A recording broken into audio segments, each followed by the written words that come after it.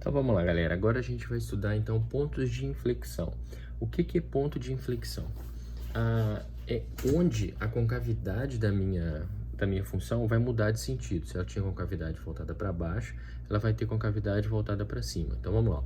Ponto de inflexão é o ponto CF de C da curva de uma função f, no qual a concavidade muda. Neste ponto, a derivada de segunda é igual a zero ou ela não existe.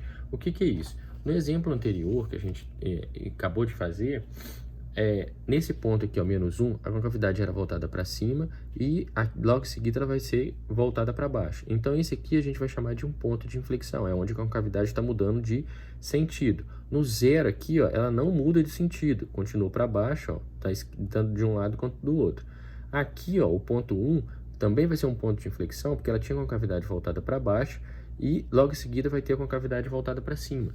Então, como é uma função muito complicada da gente saber o gráfico, só olhando a derivada da segunda a gente vai conseguir determinar os pontos de inflexão onde ela está mudando o sentido da concavidade, certinho? Se mesmo assim ficou complicado, vou pegar uma função que é fácil da gente estudar, que é o y igual a x ao cubo, por exemplo, o gráfico. Antes, aqui, ó, nesse terceiro quadrante, a concavidade está voltada para baixo. Logo em seguida, aqui no primeiro quadrante, a concavidade está voltada para cima. Então, o ponto 0, 0 é um ponto de inflexão, onde a concavidade está mudando de sentido. Ó. Era a concavidade voltada para baixo e aqui a concavidade voltada para cima. Então, isso daqui, ó, é um ponto de inflexão. Fácil para a gente estudar, porque esse aqui é um gráfico fácil de ser desenhado. Porém, esse daqui, ó, não é um gráfico tão fácil. Então, a gente vai estudar a derivada da segunda para saber esses pontos aí de inflexão onde está mudando a nossa concavidade. Certinho? Então, ó, como é que a gente vai fazer para determinar? O primeiro passo é exatamente a mesma coisa. Calcular a derivada da segunda aí no ponto e determinar os pontos do domínio onde a derivada é igual a zero, a derivada de segunda, tá, gente? É igual a zero ou ela não existe, da mesma forma que a gente estava fazendo. Aí a gente vai ter que fazer agora um estudo, ó. Para cada número c encontrado no primeiro passo, determine o sinal da derivada de segunda à esquerda de x igual a c e à direita de x igual a c, ou seja, para o x menor do que c e para o x maior do que c.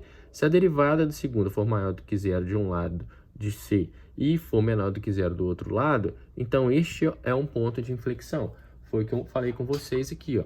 Se de um lado é maior e do outro lado é menor, esse é um ponto de inflexão. Se de um lado é menor, do outro lado é maior, significa então que isso aqui é um ponto de inflexão, certinho? Então agora vamos fazer um exemplo aqui, ó. Deixa eu tirar minha apostila.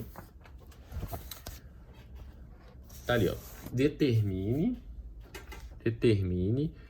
todos os pontos de inflexão da minha função aí, ó. 3x à quinta menos 5x à quarta menos 1. Então, ó, derivada da primeira, derivada da minha primeira. A derivada da primeira vai ser o quê? Desce o 5, vai ficar 15x à quarta menos 20x ao cubo. E derivada de 1 constante é zero. Certo? Derivada de segunda. Derivada de segunda. O que vai ser a derivada de segunda? 60x ao cubo menos 60x ao quadrado. Ih, ficou bem parecido com o problema anterior, né? Mas não tem problema não. Então, ó, colocando aqui o 60x ao quadrado em evidência, vai sobrar x menos 1. Igualando isso aqui a zero, x menos 1 igual a zero, então a gente encontra um ponto aqui, ó, 1, e o outro ponto vai ser o zero, onde que vai zerar tudo aqui, ó. Então, o 0 e o 1 são os pontos que a gente vai colocar na reta. Então, tá aí, ó, 0 e 1. Então, a gente vai calcular a derivada da segunda de um ponto antes de zero, pode ser o ponto menos 1, por exemplo. Um ponto entre 0 e 1, vou colocar o meio, que a gente usou até no problema anterior, né? E acima de 1, opa, derivada de segunda, tá? Não vamos esquecer, não. É o 2, por exemplo. 2. Então, tá aí, ó. Vamos fazer um estudo aqui agora. Antes de menos 1, tem que colocar aqui, ó, no lugar aqui do x. Então, vai ficar 60. No lugar do x, eu vou colocar menos 1 ao quadrado. Aí fica menos 1, certinho? Então, menos 1 ao quadrado é 1 vezes 60 é 60, e aqui dá em menos 2. Menos 2 vezes 60 dá menos 120, certinho? Negativo, então aqui, ó, negativo com cavidade voltada para baixo. Agora o meio vai ficar 60 meio ao quadrado, meio menos 1. Certinho? Isso aqui vai dar, fazendo a conta aqui, dá 1/4, né? Vezes 60 dá 15. Aqui vai ficar menos meio, então vai dar menos 7,5. Menos 7,5 é negativo, continua então com a concavidade voltada para baixo. Então o ponto zero não vai ser nosso ponto de inflexão, porque a concavidade não mudou. Então agora eu vou colocar o 2. Vou colocar o 2 aqui, vai ficar 60, 2 ao quadrado, 2 menos 1.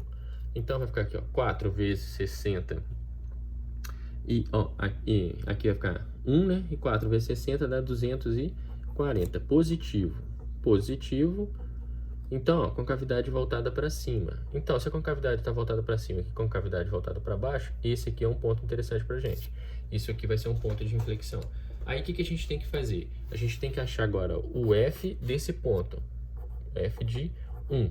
Não é a derivada de segunda, hein? É o f. Então, vou pegar aqui na minha função, que era essa daqui, ó, 3x à quinta menos 5x à quarta menos 1, e vou colocar o ponto 1. Então, vai ficar 3, 1 à quinta menos 5, 1 à quarta menos 1. Certinho? Então, quanto que vai ficar aqui, ó? 1 à quinta é 1 vezes 3 é 3. 1 à quarta é 1 vezes menos 5 é menos 5 e menos 1. Então, dá menos 6 com 3 dá menos 3. Então, o ponto 1 e menos 3, esse aqui, ó, é um ponto de inflexão. Ou seja, é um ponto onde a concavidade está mudando de sentido. Então, esse ponto aqui é nosso ponto de inflexão.